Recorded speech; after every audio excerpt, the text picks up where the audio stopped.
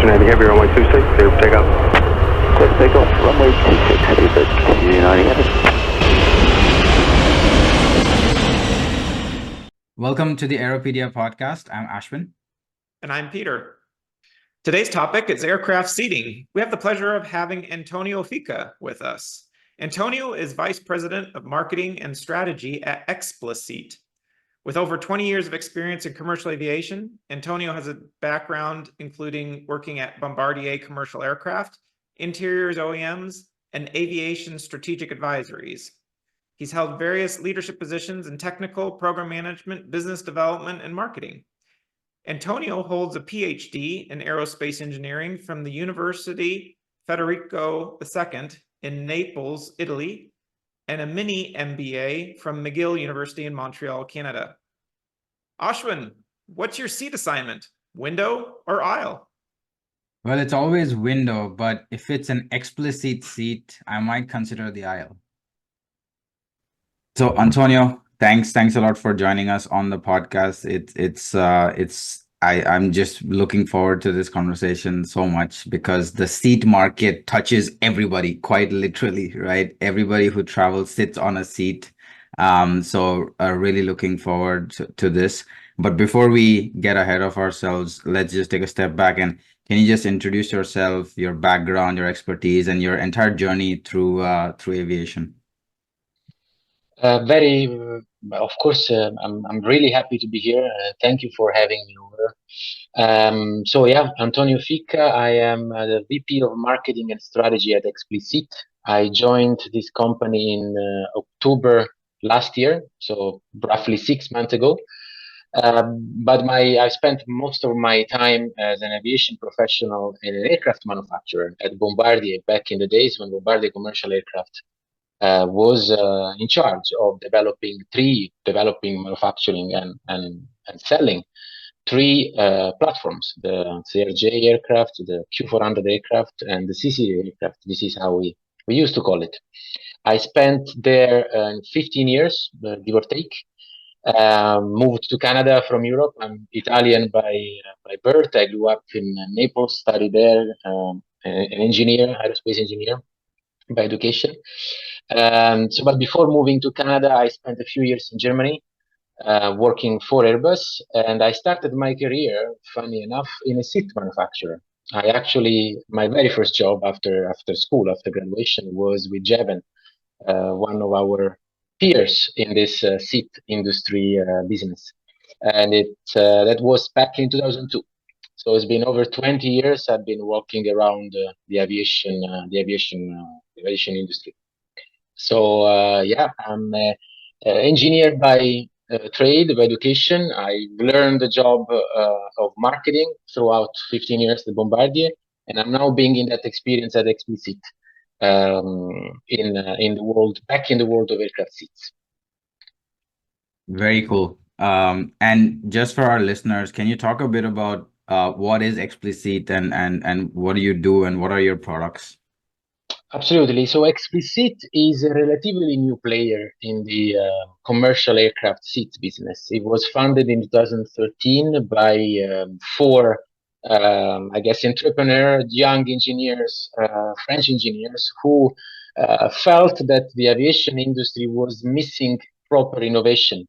And so they entertained the idea of developing a whole entirely advanced composite structure seat, which at that time was unique. And so they got together, and a few years after, they managed to actually certify the first and to date only composite carbon fiber and titanium seat of commercial aviation. Nobody else managed to do this. They entered the market in 2013, give or take, with this extremely light product, was called the TI Seat 1, so the first generation of the seat, 4 kilograms seat. That's the lightest seat ever certified, and actually that was in service. It is still today in service. It's flying around the world with a few airlines around the world today. Then the company developed, the product actually evolved, in what is the current generation of aircraft seats that that Expliseat develops, which is the second generation. Expliseat is specialized in economy class seats. So the core of the business is developing economy class seats, so lightweight seat for commercial aviation. But as a company, March last year, the company took quite of an interesting turn. There was a fund that was thrown into the company to actually grow Expliseat beyond commercial aviation and become actually a mobility company. Today, Expliseat is primarily 90% of what we do is still commercial aircraft seats, but we are now expanding and offering products outside of aviation. We actually are the seat of choice of the advanced air mobility product of Lilium. So the seat you can actually see in that product is an Expliseat seat. And we are exploring and starting to enter the train to the rail business and lightweight sort of green bus business. So mobility has really become the core of what Expliseat is about. The DNA of the company remains in the high-tech advanced technology. It's the only aircraft manufacturer has managed to certify this carbon fiber and titanium structure, and we are now bringing that IP in other mobility. But fundamentally, it's that IP that makes this company unique. So as a part of that shift and turn of the company structure and strategy, a number of initiatives were I guess kicked off. The first one was the creation of its own final assembly line. So up until that time, Expliseat was primarily an engineering company. Expliseat would actually subcontract the assembling of the seat to third parties. Starting last year, actually Expliseat now owns its own manufacturing site, which is built and now it's up and running in Angers, a few hundred kilometers south of Paris, here in France. The second element of the shift of the strategy of the company was the diversification. I already talked a little bit about the fact that the company is now moving outside of commercial aviation, focusing on train and advanced mobilities. And the third one was actually to grow the commercial footprint of the company and hire and acquire expertise that would enable the company to switch from the company of the past to the company of the future. The company itself has grown twofold in the past 6 months. The engineering team, certification team, the commercial team has grown significantly, and I am part of that growth. As I said, I joined in October, and now I'm leading the whole marketing and strategy of the company. So helping the company finding the market opportunities, identifying the customers that have more appetite for the product we are developing, and also looking forward into the future at where the future of the aircraft seat should be, in which direction we should go, and how to develop that direction, which steps to take to develop that direction. That's really exciting, Antonio, and amazing growth. That's fantastic to hear. Could you explain for our listeners a little bit about what goes into how a seat is designed and how you get it certified? That you're referencing different materials that are used, but why are those different materials being investigated and that? Well, I think it goes back to a mix of intuition from this few, I guess, ingenious engineers who thought and believed that the market was actually due for an upgrade. The industry was really due for an upgrade and actually a demand from the market.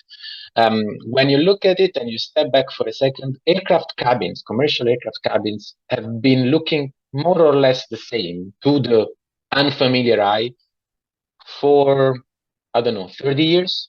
When you look back and you look at those cabins, of course, seats have developed. They become slimmer, lighter. The beams have changed a little bit, but fundamentally, the way the industry has been supplying these components to the aircraft has not changed. Aluminium structure, a few touches of advanced material here and there. The trends have been quite slow if you compare it to other elements of the industry. In the same time frame, Airbus and Boeing have released 3 variants of their same aircraft. Significantly new engine. Winglets have become the norm in aircraft design. Avionics have significantly developed. Fly-by-wire is now the only way you develop new aircraft. While the cabin world has evolved for sure, but has not step changed. And so there was a clear gap in the industry. There was an opportunity because at the same time, aviation had successfully introduced a carbon fiber as a primary structure for airplanes, titanium as components for airplanes, but not in the seats. Now, the seats, the aircraft seats are an interesting animal because from a certification standpoint, the process that a seat manufacturer has to go through to certify the seat is quite intense. And I've learned it at the beginning of my career, and I'm experiencing that again now. It's quite complex with a number of static tests, dynamic tests, flammability tests. It's a very demanding environment. You can call it, to a certain extent, it's an art. The ability to actually model and successfully certify new products in that business is a complex one. So there was a demand from a technological standpoint, an opportunity from a technological standpoint to actually step up the efficiency of those products. But there was also a demand. Over the past 15 years, the focus around sustainability has gone from nice to have to a good branding opportunity to a top priority for many, if not all, stakeholders in the aviation industry. And when you look at what we need to do, the roadmap that the aviation needs to put in place to actually execute the ambition of becoming net zero by 2050, the first and most important thing you need to do is to get your airplanes lighter.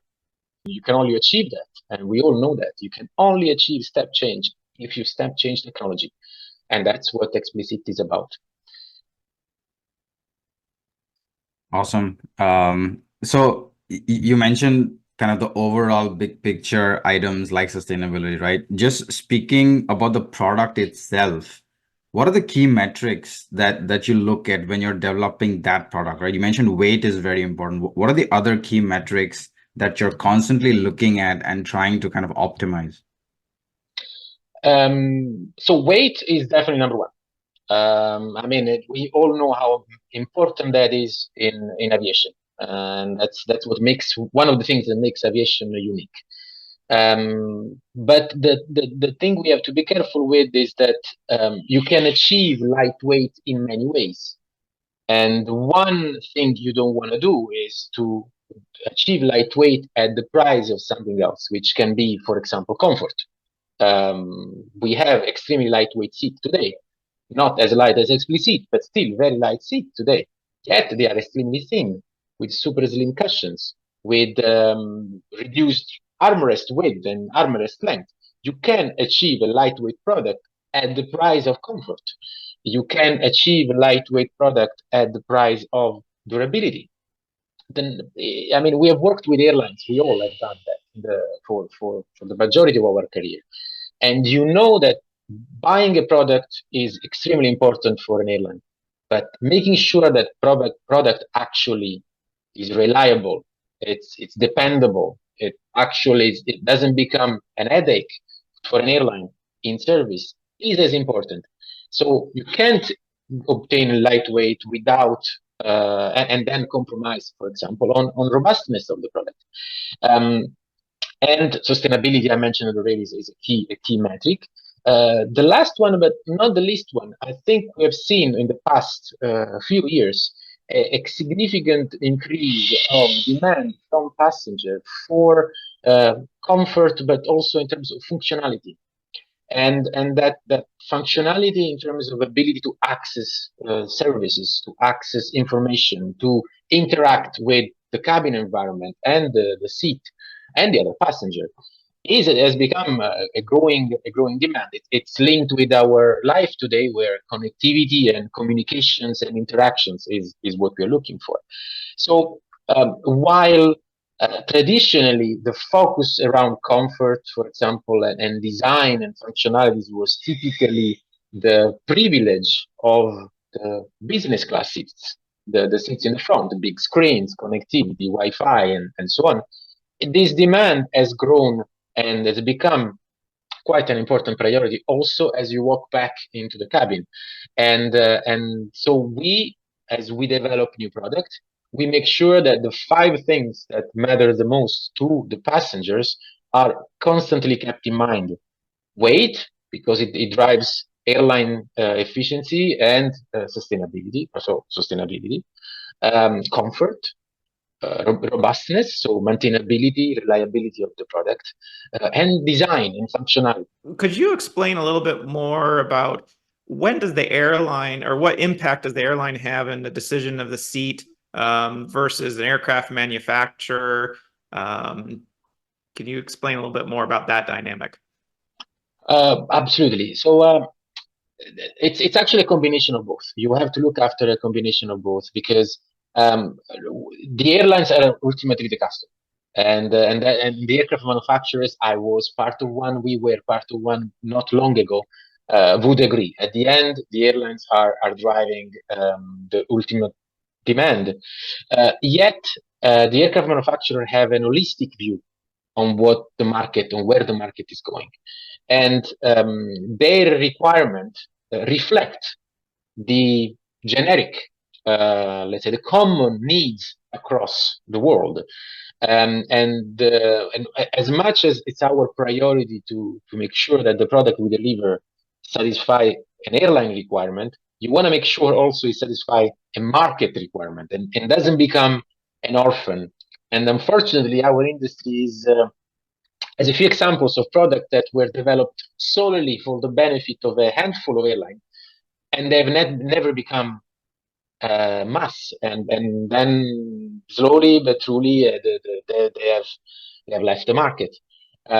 So balancing both is extremely important. We actually engage with the airline constantly, asking them where they're going, asking them what they're looking for, whether we are in the process of a campaign for a sales in the short term or an engagement for a product development in the long run. The first questions we ask is, where are you going? Where do you see the market going? What are the demands you anticipate? So we start from there. Yet, as I said, airlines would have their space in mind, their competitive environment, their individual performance in mind. And usually the strategic decisions for airlines are not extremely long, right? They look at 3 years, 5 years, the most strategic one, maybe 10 years down the road. In aircraft OEMs, they have to look at 30 years. So when you speak to an OEM, they have to anticipate longer term requirements. So there is value in also following their requirements. We also live nowadays in a world of almost monopoly. We have 2 big players in the single aisle wide body market, 1 player for regional jet, 1 main player for turboprop aircraft. So some of these aircraft OEMs actually have quite a bit of an influence on the market itself. So having a dialogue with them, understanding where they're going, understanding where they see the cabins going, is key. And we do that regularly. I spend, I would say, maybe half of my trip time at aircraft OEMs, speaking with ATR, speaking with Airbus, speaking with Boeing, speaking with Embraer, and exchanging on market needs and market demands. And if I may, maybe add one thing. That's one of the things that is interesting about working in the aircraft seat business, is that it's one of the few products that matter to the airline, matter to the passenger, matters to the OEM. It's quite complete as a product, And it enables you to think and prepare yourself for dialogue with different stakeholders. And let's not forget, the seat is the last thing that goes into an airplane before it gets delivered. So it carries also an element of responsibility, let's say, when it comes to delivering a product. So it's fun. It's actually fun work for seat manufacturers. Yeah, very, very interestingly put. I didn't think of it that way, right? Because things like the engine. I mean, I don't really think the passengers care that much about what engine is on a plane, right? But the seats, you're absolutely spot on there. Everybody cares about the seats. Yeah. So in terms of just innovations, right? You now work for Bombardier, where the C series was a step change, right? And that innovation was extremely important and required in that 100+ seat market. And now you're working for a seat OEM where again you're innovating, right? So when it comes to purposeful innovations where you're trying to achieve that step change in the marketplace, right? Just talk us through the pros and cons, and there must be so much risk involved from lending perspective, capital perspective, and then just talk us through that entire process and maybe essentially becomes a SWOT analysis from you. Well, yeah, in fact, there are a lot of similarities between the experience we have had, that I've had at Bombardier with the C series, and what I'm experiencing at Expliseat. The similarities are in the market environment. Back in the days at Bombardier, Bombardier decided to develop this brand new seat and break into a market that was dominated and still is dominated by the Boeing and the Airbus of this world. And same for Expliseat. I mean, Expliseat is the small and mighty seat manufacturer who has a brand new product, step change technology, who's actually challenging the Recaro and the Safran and the Collins of this world, and the Jadhav and the Aviation. I mean, of the many players that dominate Acro, they dominate that marketplace. And the challenge is that as we mentioned before, aircraft seats are actually extremely important element of airline decision making because of the role they play in actually satisfying the customers of the airline. So the risk that an airline would take in actually endorsing a product that is new is quite significant. So there is an element of hesitation in the marketplace, the same hesitation we experienced back in the days when we launched the C series. And how do you overcome that hesitation? I think the right recipe is a combination of different things. The first one is you have to make sure your product is right. A product alone doesn't do the job. We know that. There are a great experience, a great example in many industry, aviation and on, where a great product actually didn't succeed because of other reasons. But this was not the product. Here, the product is excellent. And there is no question about it. All the metrics are saying it is 30% lighter, is 10 times more maintainable, is 30% more sustainable because it's lighter. So by default, it emits less. And we are now investing in comfort and we are investing in design. So from a pure product perspective, the product performance has unbeatable characteristics. And there should be no hesitation from an airline to invest there because it actually brings the significant contribution. In some configuration, the weight saving that you can obtain by upgrading your cabin with the latest generation seats, with our seats, it's actually equivalent or can drive a benefit that is equivalent to a winglet change on an aircraft. We have customers that have actually acquired our product and used the weight to upgrade their cabin, densify their cabin, add more seats, and with that improve their actually fuel burn per seat overall in the cabin. And you can only do that because of the weight. Of course, you need to have the real estate, but there is a link between the weight saving and the real estate. So what I'm trying to say is that the product is there. The benefit of the products are there. Investing in promoting it, educating the market about it. That's what Expliseat is doing. That's why I'm here. That's why we will showcase our product AIX. That's why we are investing so much in sharing that product and that technology with the industry. So the product is there. Then the second question that typically follows, and it's in our experience, it's a domino effect. Is you need the customer, the market to endorse it.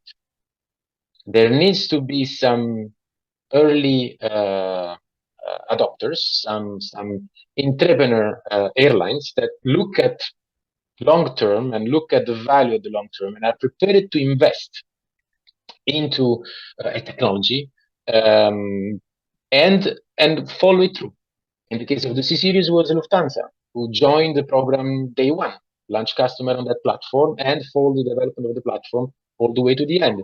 Then it took a few years, but then Canada followed and Delta followed, and now it's just endless.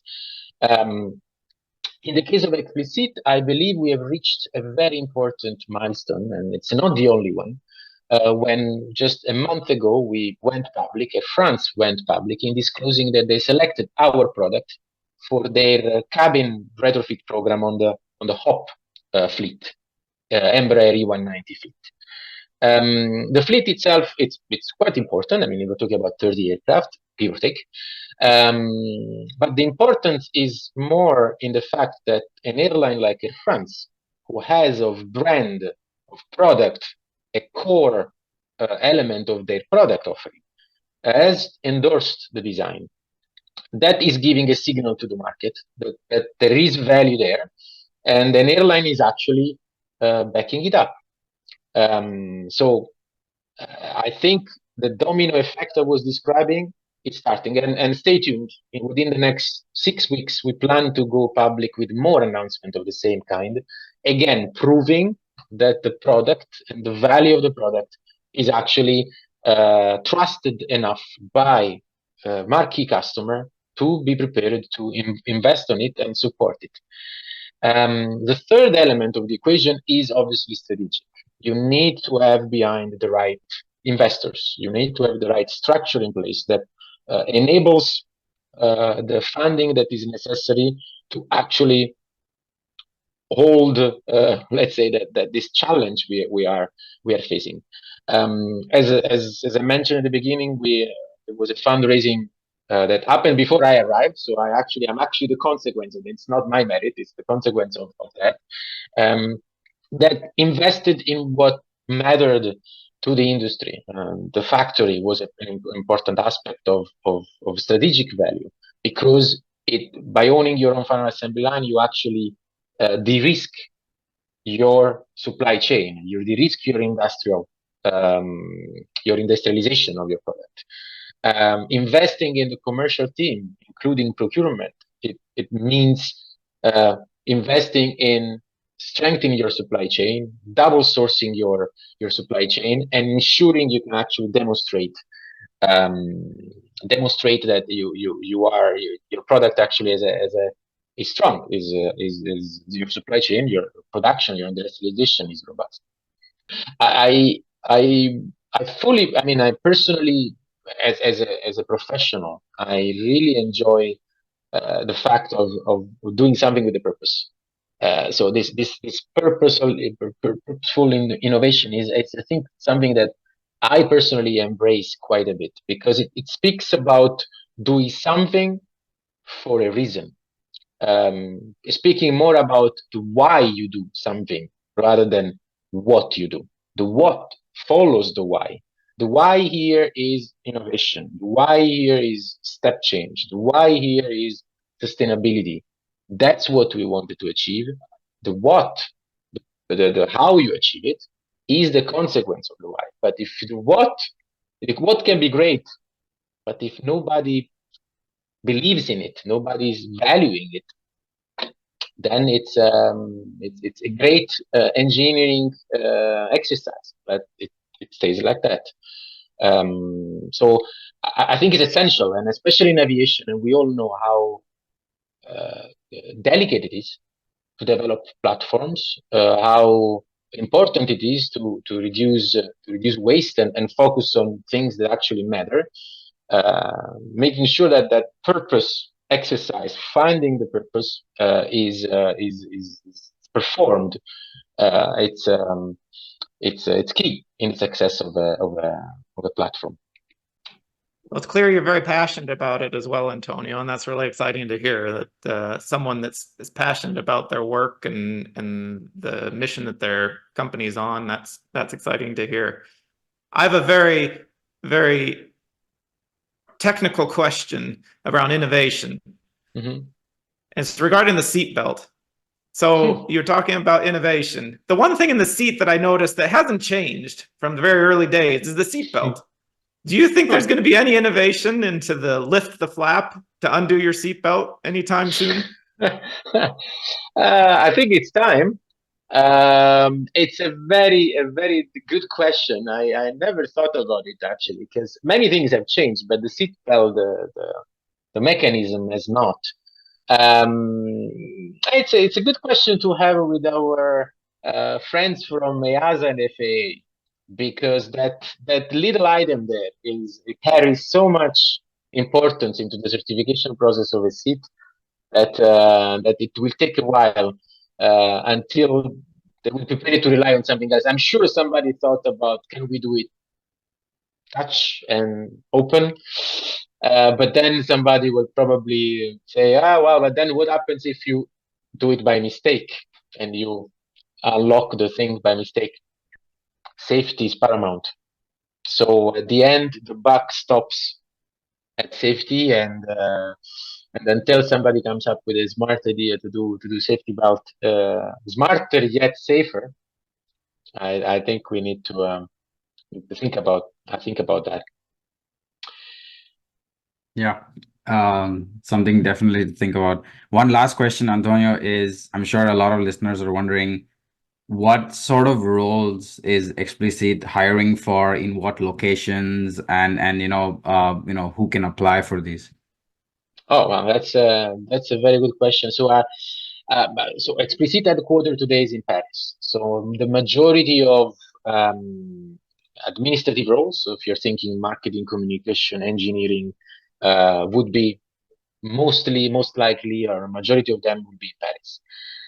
We have now a manufacturing site in Angers, so we are massively recruiting there for blue collars, for the manufacturing side, for the assembly, and so on. So procurement, supply chain, logistics, roles like this will also be required in Angers.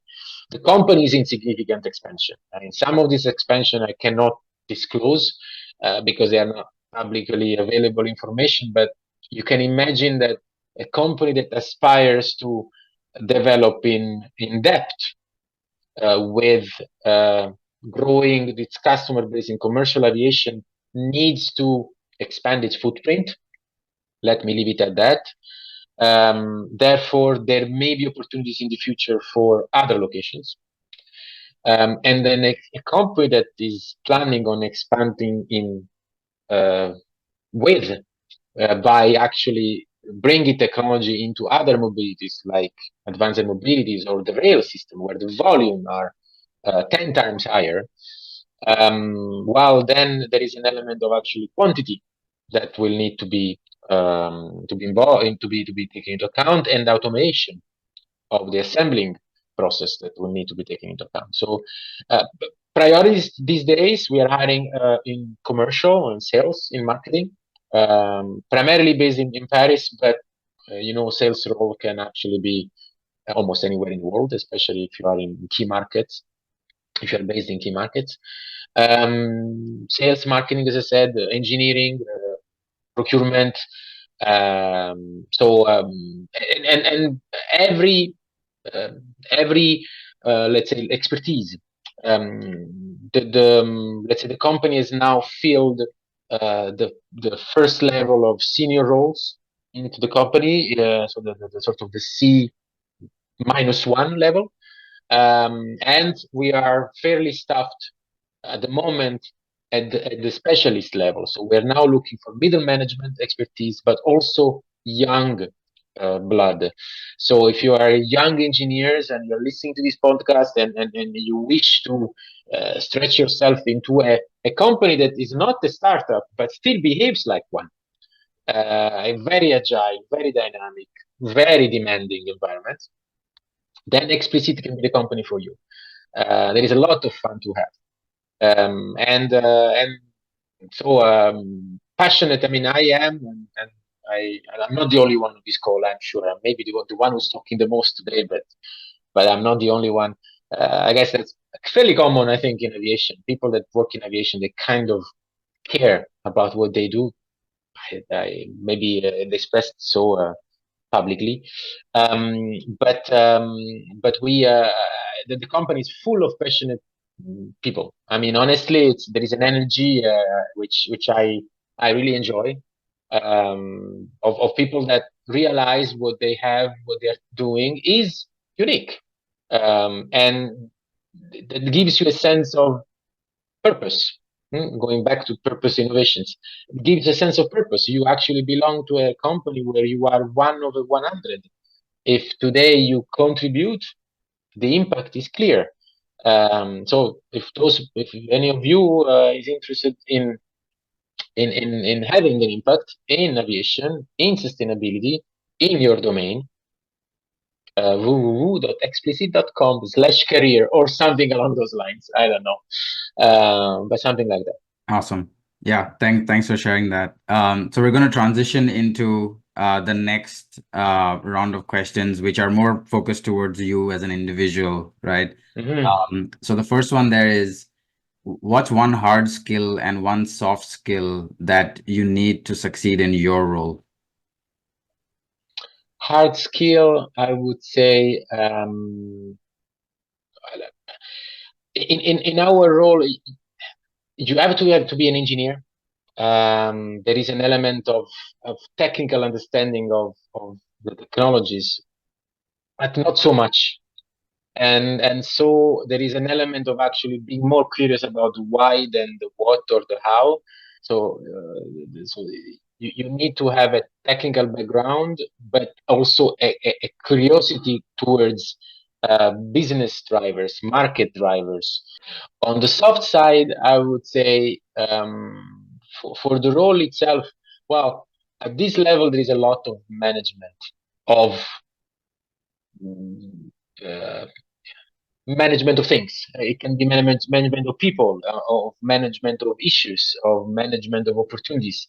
So your ability to have a good control and what it's called emotional intelligence, your ability to actually read design and adapt your engagement with whoever you are engaged with is essential. So reading the signs and adapting, so to extract and to engage and to obtain value from any engagement you have is very important.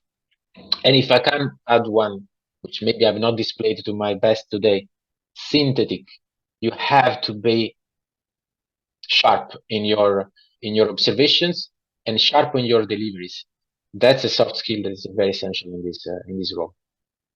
Thanks for sharing that. Very very insightful. What's your fondest aviation memory?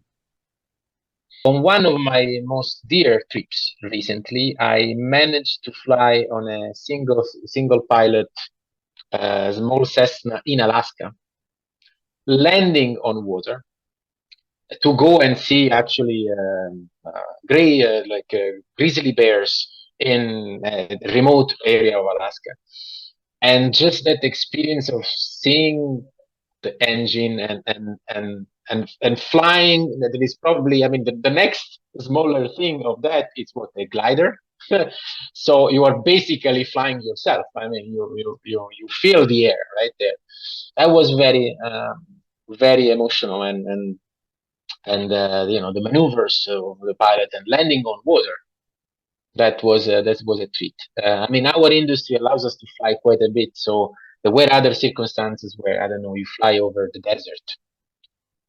You admire the aurora borealis while you're flying.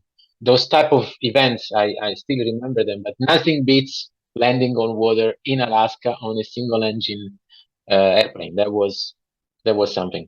Was Nice. that the intent to land on water, or? Yeah, because there are certain Okay, areas. I just wanted to make sure that was It that was was- where you're hoping to go. Yeah. Yeah, it was on purpose. It was. I said, I want you in the water. The runway was over there, but we landed on the water. But It was great. no.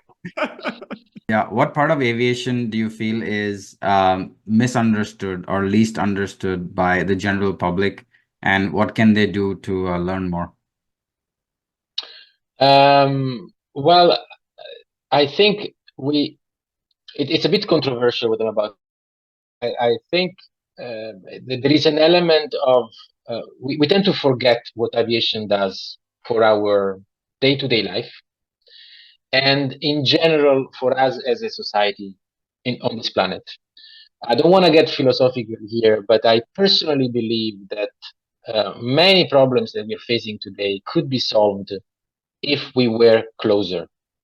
And I think COVID has taught us that yes, you can do a lot with tools, but you can do it when there is already a relationship. Now try to understand somebody, what they're going through, what they're feeling, what they're experiencing every day through a camera. It's difficult. So aviation enables that, and I think that's an important it's an important reminder. Yeah. Okay. Very well said. Thanks, Antonio. That was very insightful. So we're going to move on to the final section. Peter, what section is that? All right, Antonio, this is your round of trivia. Every episode, we have a trivia round in the hopes of naming the ultimate trivia champion at the end of the year. So, are you ready?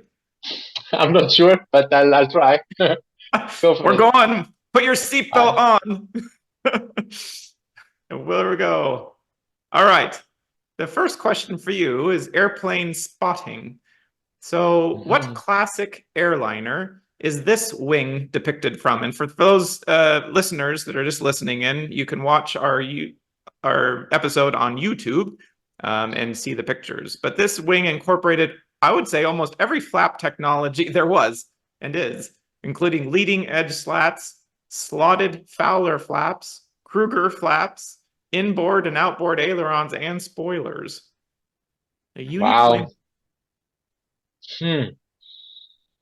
I'm thinking an MD, a McDonnell Douglas airplane. That's a good guess. Right country of origin, but in fact, it's the Boeing 727. Close enough. That's close. At one time, I suppose you could say it's a McDonnell Douglas in a way because they're one company now. But so I should get half the answer. Give me half a point. Half a point. McDonnell Douglas 727. Okay. Next one, airports. This airport has 9 terminals, and the unique theme building that's shown here below is located in the center of the airport complex. Can you name the airport? I've seen this, but I cannot. I'm not sure. I'll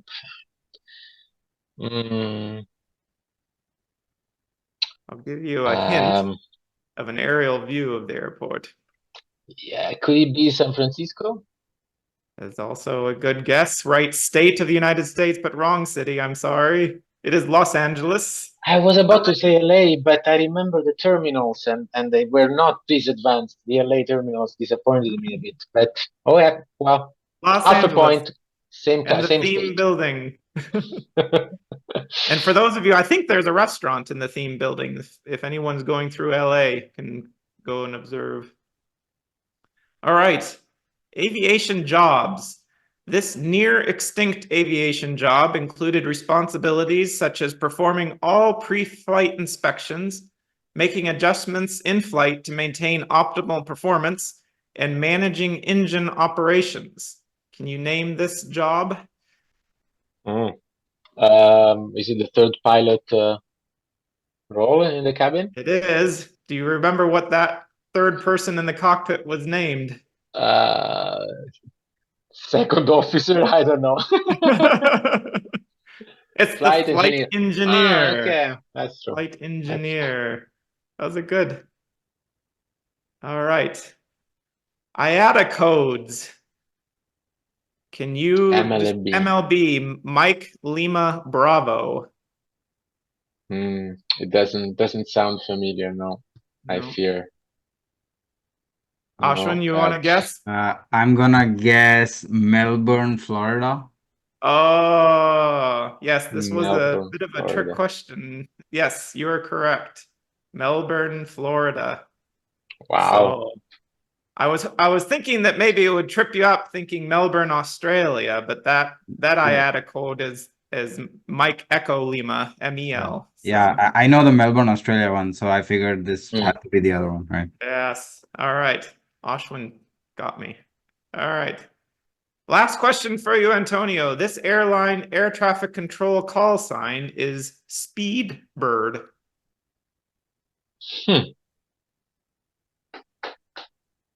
Speedbird. The airline air traffic control call sign is Speedbird.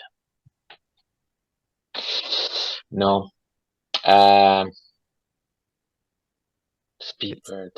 It's across the English Channel from you. That's your hint. Across the English Channel for me. So it's a British airline. Ryanair. No, British Airways. British Airways. All right, British Airways goes by the call sign Speedbird. So Speedbird. Well, thank you Very for good. contributing and participating, Antonio. This was a good round. So very good. I'm very pleased, and thank you for having me.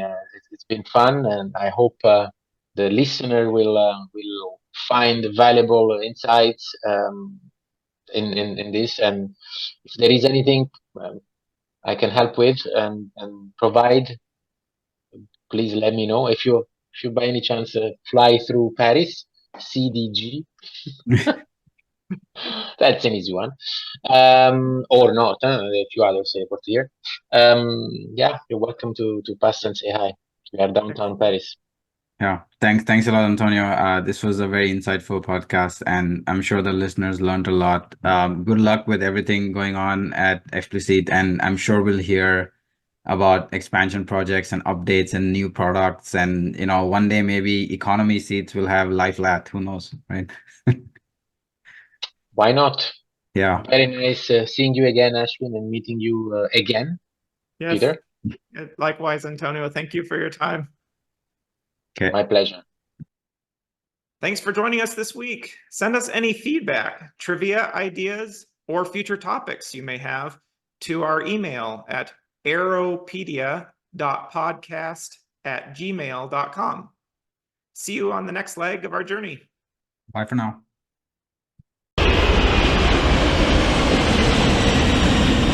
Remember to any heavy, contact departure 119.2, good night. 119.2, speed at 290 heavy.